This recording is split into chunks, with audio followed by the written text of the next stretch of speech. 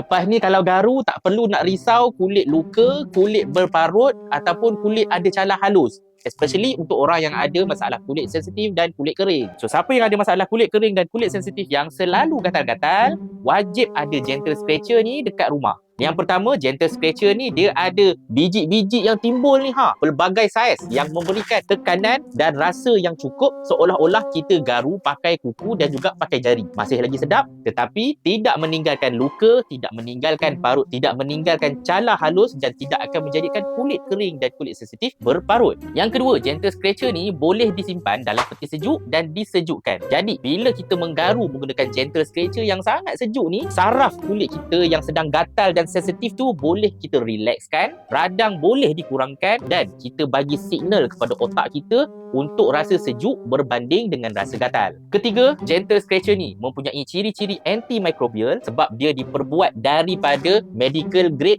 zinc plate. Jadi kuman dan bakteria susah nak membiak dekat permukaan ni, boleh mudah untuk dibasuh, mudah untuk disteraikan. Jadi tak perlu nak risau jangkitan kuman bila kita garu kulit kering dan kulit sensitif menggunakan gentle scratcher ni. Check bag Kurnia sekarang, beli sekali sahaja seumur hidup tapi boleh pakai sampai bila-bila.